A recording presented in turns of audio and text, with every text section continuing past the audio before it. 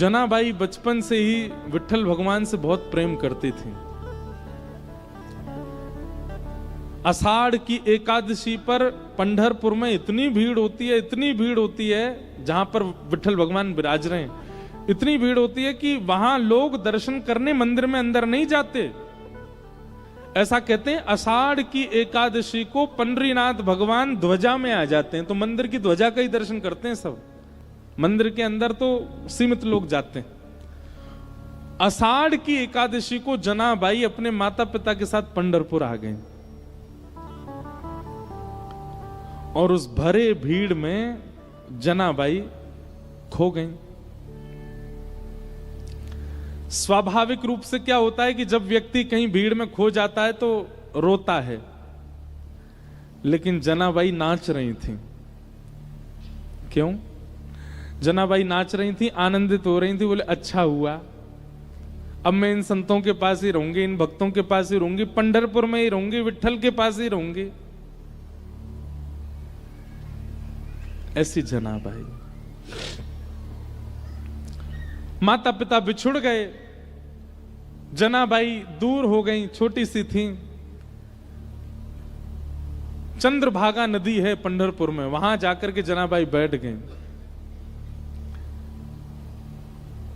प्रयास किया पंडरीनाथ भगवान का दर्शन हो जाए, पर इतनी भीड़ कि 4 दिन तक जनाबाई को ठाकुर जी के दर्शन नहीं हुए।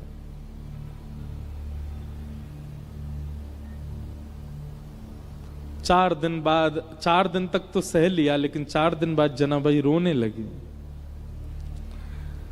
और चंद्रभागा तट पर बैठ करके वहां प्रेम से विट्ठल भगवान को कहते हैं विठोबा। क्या कहते हैं? विठोबा। जैसे हमारे यहाँ कान्हा, कनुआ, गोपाल, ऐसे पंढरपुर में विठोबा। रोने लगी जनाबाई, विठोबा कब मिलोगे? विठोबा मुझसे क्यों नहीं मिल रहे हो? विठोबा देखो मैंने सब तो छोड़ दिया आपके लिए, आप क्यों नहीं आ रहे मेरे पास? देखो ना विठोबा, मैं मेला में खो गई, माता पिता मुझसे बिछुड़ गए, मैं फिर भी दुखी नहीं हुई क्योंकि मुझे पता था आप मिलोगे मुझे, क्यों नहीं मिल रहे हो? इतना रोई कि उनके अश्रुओं का जल बह करके चंद्रभागा जी में जाने लगा। तभी चंद्रभागा जी ने कृपा की और श्री नामदेव जी महाराज को वहां भेज दिया। नामदेव जी पंडरीनाथ भगवान के परम भक्त हुए। मैं ज्यादा विस्तार में नहीं कहूंगा, बहुत बड़ी कथा है, मैं थोड़ी सी एक बस रास बता दूं, रास किसे कहते हैं। नामदेव जी ने देखा छोटी सी बालिका रो रही है, विठोबा कब मिलोगे? विठोबा कब मिलोगे? नामदेव जी उस बालिका से बोले, लाली तुम कौन हो? बोले मेरा नाम जना है। तुम्हारे माता पिता कहाँ हैं? बोले वो तो खो गए, मिले नहीं। तुम्हारा घर कहाँ? बोले मुझे नहीं जाना, मेरा घर पंढरपुर ही है। विट्ठल रुक्मणी ये मेरे माता पिता। और जनाबाई पता क्या कहती थी? मेरे पिताजी रुक्मणी है, मेरी माँ विट्ठल है। वो उल्टा बोलती थी। देखो कैसी भावना भक्तों की। वो ठाकुर जी को अपनी मैया बोलती थी, इसीलिए पंढरपुर में विट्ठल भगवान को कहते हैं माउली। क्या कहते हैं? माउली। माउली मतलब मैया। जनाबाई कहती रुक्मणी मेरी पिता हैं और विट्ठल मेरी मैया है। उनका ये भाव सुनकर के नामदेव जी के नेत्र सजल हो गए। कितनी सुंदर भावना। और छोटी सी जनाबाई का हाथ पकड़ करके नामदेव जी, चलो मेरे घर रहना, तुम वहीं चलो, और अपने घर ले आए। नामदेव जी के यहां नियम था, रोज शाम को कीर्तन होता था और उस कीर्तन में अनेक वैष्णव आते थे, चारों तरफ घेर के बैठते, बीच में नामदेव जी बैठ के गाते, मृदंग बजती, कांसे बजते, बढ़िया लोग उछल उछल करके नृत्य करते। लेकिन बहुत ध्यान से सुनिएगा, सबको कीर्तन दिख रहा था, सबको नृत्य दिख रहा था, सबको नामदेव जी गाते हुए दिख रहे थे, लेकिन दूर बैठी जनाबाई देख रही थी। तभी उसने क्या देखा? सुंदर पीतांबरी पहने, मत्स्याकृत कुंडल धारण किए, सुंदर मुकुट धारण है, कमल जैसे नेत्र हैं और अपने कमर पर हाथ धर करके नाचते हुए, नृत्य करते हुए श्री पंडरीनाथ आ रहे हैं। और बीच कीर्तन में उछल उछल करके पंडरीनाथ नृत्य कर रहे हैं। जनाबाई ने जैसे ही पंडरीनाथ को देखा, दौड़ करके भीड़ के बीच में गई। ठाकुर जी उछल उछल के नाच रहे थे। जनाबाई सबको कहती, अरे देखो विठल नाच रहे हैं, देखो विठोबा नाच रहे हैं। अब छोटी बच्ची जान के सब बोले, हाँ नाच रहे हैं, नाच रहे हैं, पर दिख किसको नहीं रहे थे। खूब रोए और खूब ताली बजाए। ठाकुर जी ज्यों ज्यों उछल के नाचे, जनाबाई ताली बजाए। कीर्तन विश्राम हुआ, ठाकुर जी चले गए। रात भर सोई नहीं, कुछ खाया नहीं, सोचती रही कैसे नाच रहे थे, कैसे आनंद कर रहे थे।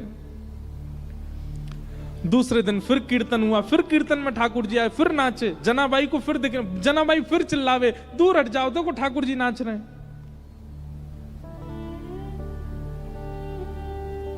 4 दिन 5 दिन रोज ठाकुर जी जनाबाई को दिखे। नामदेव जी जनाबाई से बोले, हे जना, तू मंदिर क्यों नहीं जाती दर्शन करने? तो जनाबाई कहती, मैं क्यों जाऊं, वो जाते हैं मंदिर, जिनको ठाकुर जी मंदिर में दिखते हैं, मुझे तो यहीं दिख जाते हैं। आप जब कीर्तन करते हो वो यहीं आते हैं, मैं तो यहीं देख लेती हूं उनको, मैं क्यों जाऊं मंदिर? नामदेव जी बोले, इस बालिका में कुछ तो है, इसको सच में दिखते हैं पंडरीनाथ। एकादशी का दिन आया। एकादशी को लाखों की तादाद में लोग जाते हैं वहां दर्शन करने। आज सुबह से इतनी भीड़ थी, जना बार बार सोच रही है, आज पंडरीनाथ पता नहीं आएंगे कि नहीं, आज इतनी भीड़ है, आज पता नहीं कीर्तन में आएंगे कि नहीं, इतने वैष्णव आए हैं, हो सकता है नहीं आवे। बहुत व्याकुल थी, घबराहट हो रही थी जना को। जैसे ही कीर्तन प्रारंभ किया नामदेव जी ने, बहुत देर हो गई ठाकुर जी नहीं आए। जना बोली, मुझे पता था आज नहीं आएंगे, बहुत भीड़ होगी। आज पहली बार जना ने मन बनाया, मैं मंदिर में जाके दर्शन कर आऊं, वो नहीं आ पाए तो मैं चली जाऊं। और जैसे ही जना अपने स्थान से खड़ी हुई, तभी क्या देखती है, कस्तूरी की सुगंधी आने लगी। जना ने नेत्र खोल के घुमा के देखा तो ठाकुर जी उछलते उछलते आ रहे थे, नृत्य करते हुए आ गए कीर्तन में और फिर से नृत्य करने लगे। जना इतनी प्रसन्न हो गई, मेरे लिए ठाकुर जी आ गए। लेकिन पहले जितना रो रही थी उससे अधिक रोने लगी। क्यों? बोले, आज एकादशी है, सुबेरे के भोर के 4 बजे ब्रह्म मुहूर्त से पंडरीनाथ खड़े रहे होंगे, इतने लोगों ने इनको प्रणाम किया होगा, ये बैठे भी नहीं होंगे। एकादशी के दिन ठाकुर जी का एक क्षण के लिए भी कपाट बंद नहीं होता, इतने भीड़ होती है कि खड़े ही रहते हैं ठाकुर जी दर्शन देने के लिए। जना बोली, आज ये इतने श्रमित हैं और श्रमित होने के बाद इतनी जोर जोर से यहां नाच रहे हैं, इनके पैरों में पीड़ा हो रही होगी। तो जनाबाई क्या करती, नामदेव जी धीमे कर दो गति कीर्तन की, क्यों आप जोर से गाओगे ठाकुर जी बहुत जोर से उछलते हैं, फिर आप गति धीमी कर दो, आप गति शांत कर दो। अब उनकी कौन सुने, वो तो छोटी बालिका। और तेज होने लगा, और तेज। जनाबाई तो बिखर गई, अरे धीमे करो कीर्तन, पंडरीनाथ को कष्ट हो रहा होगा। लेकिन छोटी बालिका मान करके सबने उठा के किनारे बैठा दिया, सब अपने कीर्तन में नाचने लगे। थोड़ी देर बाद जब कीर्तन विश्राम हुआ, आज जना की रुदन में हुंकरियां आने लगी, श्वास रुकने लगी बार बार, और बार बार हृदय पे हाथ रख के बोले, अरे कोई पुजारियों से जाके बोल दो कोई लेप लगा दें, कोई पुजारियों से जाके बोल दो अब मंदिर बंद कर दें, मेरे विठल को, मेरे विठोबा को बहुत पीड़ा हो रही होगी, कोई उनके चरण दबा देना, घी की मालिश कर देना।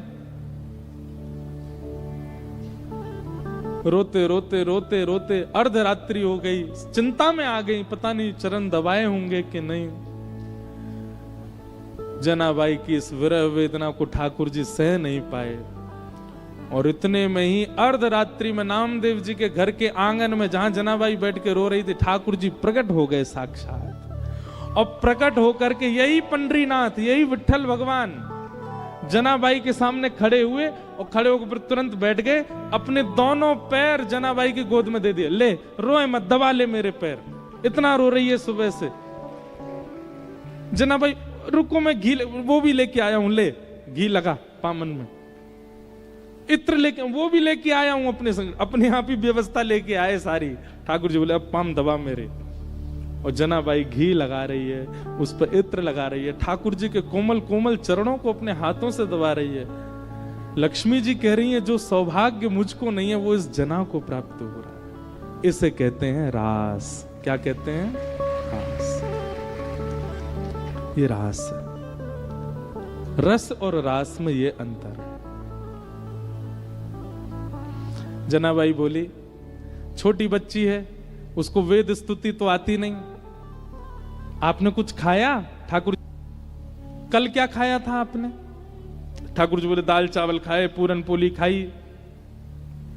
अच्छा, परसों क्या खाया था? ठाकुर जी बोले दाल चावल खाए, पूरन पोली खाई। बोले रोज एक ही खाते हो आप? ठाकुर जी बोले मंदिरों में यही है, एक ही नियम है, वही बनता है, हर रोज वही पाते हैं हम, उसके अलावा। बोले आपका मन नहीं भरता इससे?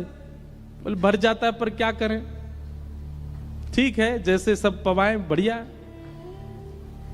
तो जनाबाई बोली आपकी आज्ञा हो तो मैं बनाऊं कुछ अलग, कुछ नया आपको पवाऊं। ठाकुर जी बोले अर्धरात्रि को? बोले हाँ मैं बना दूंगी, मुझे अच्छा बनाना आता है। अब सोचो, ये चिंतन की बात है। आधी रात है, सब सो रहे हैं नामदेव जी के घर में, और चूल्हा उठा करके जनाबाई बीच में रख रही है। लकड़ी उठा के ठाकुर जी ला रहे हैं जलाने के लिए। ठाकुर जी लकड़ी लगा रहे हैं, जनाबाई कह रही है फूंकनी से फूंक मारो तो बढ़ेगी वो। ठाकुर जी फूंक मार रहे हैं। मां पतीला रखा है, बिठोवा लेके आओ, तो ठाकुर जी लेके आए। जनाबाई धो रही है, दोनों मिलकर के प्रसादी बना रहे हैं। जनाबाई बैठ गई, छोटे छोटे हाथों से छोटी छोटी रोटी बना रही है, रोटी बना के रखती है। ठाकुर जी के लिए दाल बनाई, कढ़ी बनाई, जो नए नए कुछ सामग्री बनाई, परोस दी सामने। ठाकुर जी को पवाने लगे। इतने प्रेम से ठाकुर जी पाते। और जगह तो मना करते हैं, नहीं बस बस हो गया। ए जना तू थक तो नहीं गई? नहीं थकी, एक और बना दे, हाँ पवा दे। ऐसे जना के साथ आनंद करते ठाकुर। जनाबाई की स्थिति ऐसी हो गई थी, एक बार जब जनाबाई की उम्र हो गई, बड़ी हो गई जनाबाई, तो कबीर दास ने जनाबाई के बारे में सुना। बोले महाराष्ट्र में एक परम भक्ता है जनाबाई। तो कबीर दास दर्शन करने के लिए गए। तभी किसी से पूछा जनाबाई कहां? बोले आगे वाली गली में घर है उनका, मिल लीजिए। कबीर दास जैसे गए तो वहां पे महाराज भीड़ लगी थी, लड़ाई हो रही थी, दो माताएं एक दूसरे से लड़ रही थी। कबीर दास जी ने जाके पूछा भाई ये लड़ाई क्यों हो रही है? बोले अरे ये जो लड़ रही है ये इसका नाम है जनाबाई। ये दूसरी मैया से इसलिए लड़ रही है, कल कंडे थापे थे ऊपर, कंडे समझते हैं, गोबर के उपले थापे थे। अब उनको निकाल के ले जाने में अब ये जनाबाई कह रही है कि ये अपने कंडों के साथ मेरे कंडे भी ले गई है। अब लड़ाई इस बात की हो रही है कि वो सामने वाली कंडे दे रही है और जनाबाई कान से लगा करके फेंक देती है। बोली ये मेरा नहीं है, मेरा वाला दो। अब बोले कंडे में भी मेरा तेरा क्या होता है? कबीरदास बोले कान से क्यों लगाती है? कबीरदास बोले ए जना सुनो, कंडे ही तो हैं गोबर के, कोई भी उठा ले, वो दे तो रही है सामने वाली, ले जाओ। बोले नहीं मेरे चाहिए। बोले तेरे उस पर कुछ लिखा है क्या? कुछ। बोले लिखा नहीं है। जिस कंडे को कान पे लगाने से विठोवा विठोवा विठोवा विठल विठल ध्वनि आने लगे, समझो वो मेरे हैं, बाकी सारे इसके। कबीरदास बैठ गए वहां पर। बोले भैया किसी के मुख से नाम निकलता है, किसी के रों से नाम निकलते, पर इनके स्पर्श से जड़ वस्तु में से नाम निकलता है। कबीरदास स्वयं बीनने लगे, कंडा उठा, नहीं ये जना का नहीं है, फेंको। ए जना देखिए तेरा, इसमें से विठोवा आ रहा है। कबीरदास बीन के लाए। ऐसी जनाबाई। तो रास का मतलब क्या है? आपकी प्रेम लक्षणा भक्ति से प्रसन्न होकर के ठाकुर जी आपके लिए सहज हो जाएं, वो रास है। हम सब कथा किस लिए सुन रहे हैं? हम सब नाम जप क्यों कर रहे हैं? हम सब सारी स्थितियों में क्यों हैं? ताकि कभी हमको रास का अनुभव हो। भगवान ने सब गोपियों को आश्वासन दिया कि हम शरद पूर्णिमा की रात्रि पर आपके साथ रास करेंगे। आज शरद पूर्णिमा की रात्रि प्रकट हुई, सब गोपियां विचलित हो गईं। आज तो ठाकुर जी ने हमको बुलाया था, तभी ठाकुर जी ने अधर पर वेणु रख करके जैसे रव करना प्रारंभ किया, वो ध्वनि गोपियों के कानों में स्वर के रूप में नहीं जा रही है, शब्द के रूप में जा रही है। चल गोपी जल्दी कर, कन्हैया तेरी बात निहार रहे हैं। बंधुओं, ये गोपियां कौन हैं? ये कोई स्त्रियां नहीं है, ये युगों से कृष्ण प्राप्ति के लिए भजन कर रहे सब ऋषि महर्षि हैं। द्वापर में राम जी की इच्छा से गोपी बन के आए हैं, अब वो इच्छा क्रम बड़ा, ये सब गोपी बन के आए। ये सब गोपियां युगों युगों से तपस्या कर रही हैं ठाकुर जी की प्राप्ति के लिए। आज ये सब गोपियां जैसे ही वेणु रव सुनती हैं, दौड़ी हैं अपने घरों से ठाकुर जी से मिलन के लिए।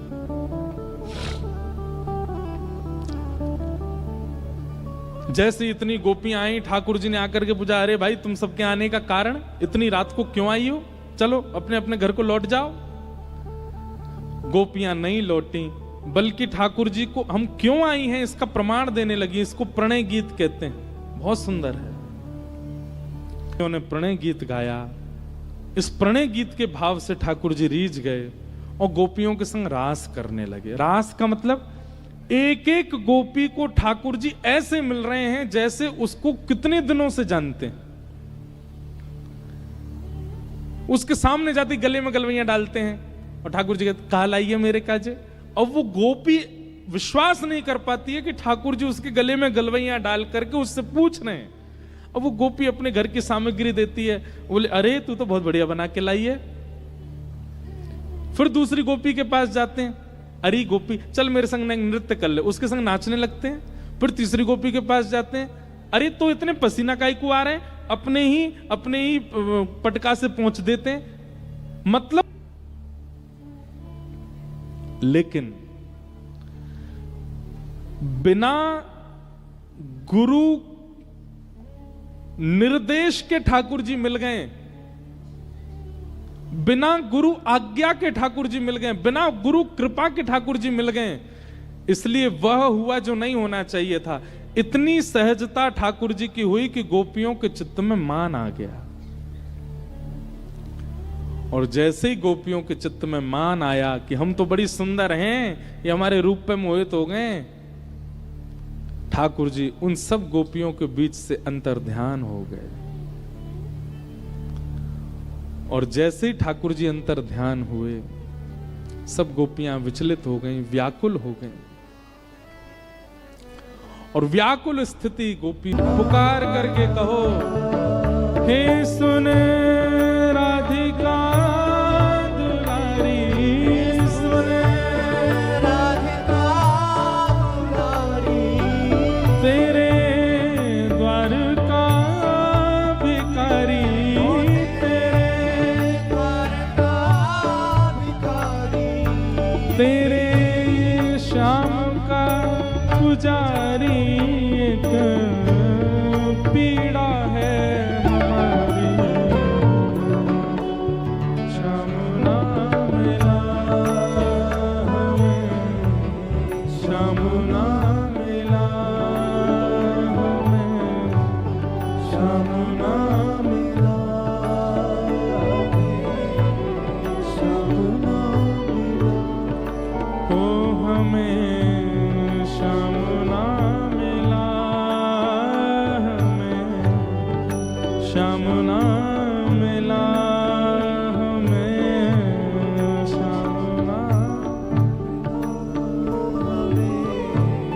श्याम ना मिला।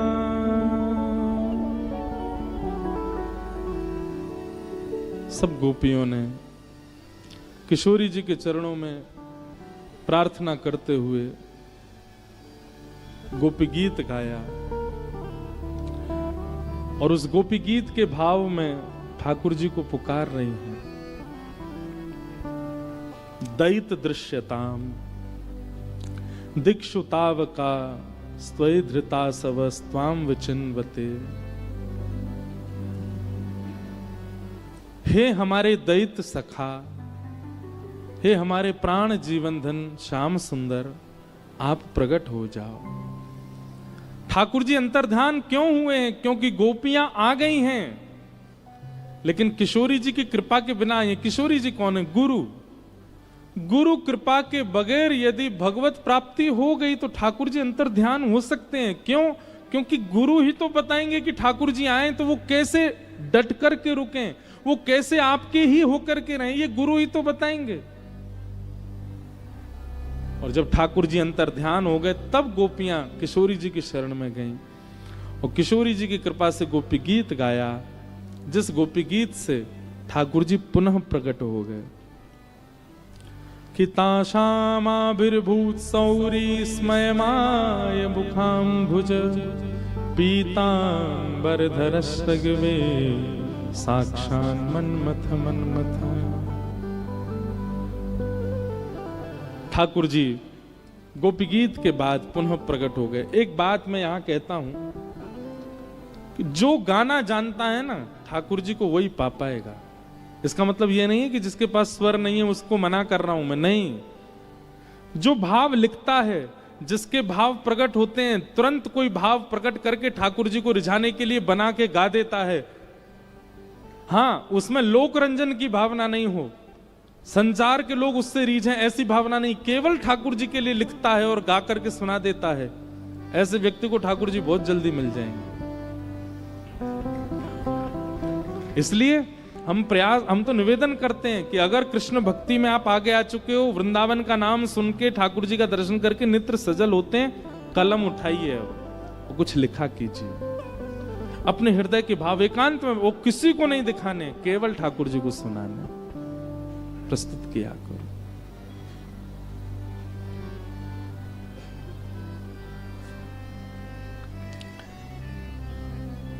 गोपियों के बीच ठाकुर जी प्रकट हो गए और अब की बार भगवान प्रकट जैसे हुए, गोपियों ने हाथ पांव सब पकड़ लिए, बोले अब नहीं जाने देंगे। भगवान बोले हम नहीं जा रहे, आप सबको मान हुआ था इसलिए गए थे, अब आप मान रहित हो गई हैं, अब हम आपके संगी रहेंगे और हम एक कृष्ण अनेक गोपी नहीं रहेंगे, अब हम अनेक रूप धारण कर लेंगे।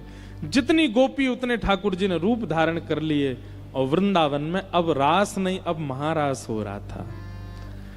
एक एक गोपी के लिए ठाकुर जी प्रकट हो गए, महारास हुआ। देवादिदेव शंकर भी आए, ब्रह्मा भी आए, चंद्र भी आए, सूर्य भी आए, सब आए और पूरे वृंदावन में यमुना के तट पर रास बिहार हुआ। चंद्र किरण सा श्याम सलोना, दो आंखें कजरारी। चंद्र एक पंक्ति गाएंगे बस। श्याम सलोना, रास बिहार हो रहा है, महारास बिहार। ओ चंद्र किरण सा श्याम सलोना, दो आंखें कजरारी। चंद्र किरण सा श्याम सलोना, दो आंखें कजरारी। ओ ठुमक ठुमक नाचे गोपियन के संग, जग का पालन हारी। ठुमक ठुमक नाचे गोपियन के संग, जग का पालन हारी। रास बिहारी संग राधा सुकुमारी। रास बिहारी संग राधा सुकुमारी। रास बिहारी संग राधा सुकुमारी। रास बिहारी संग राधा सुकुमारी। ओ ब्रज में विराज रे, श्याम संग राधा नाचे रे। श्याम संग राधा नाचे। ओ श्याम संग राधा नाचे।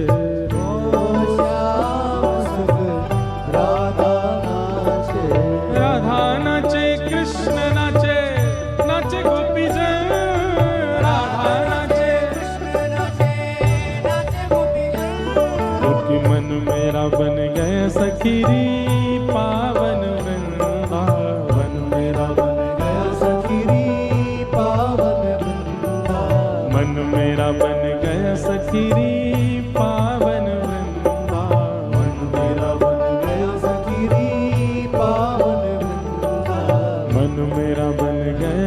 सखीरी पावन वृंदावन मेरा बन गया सखीरी पावन ओ मन मेरा बन गया सखीरी पावन वृंदावन मन मेरा बन गया सखीरी पावन बोलो रास राशेश्वर भगवान की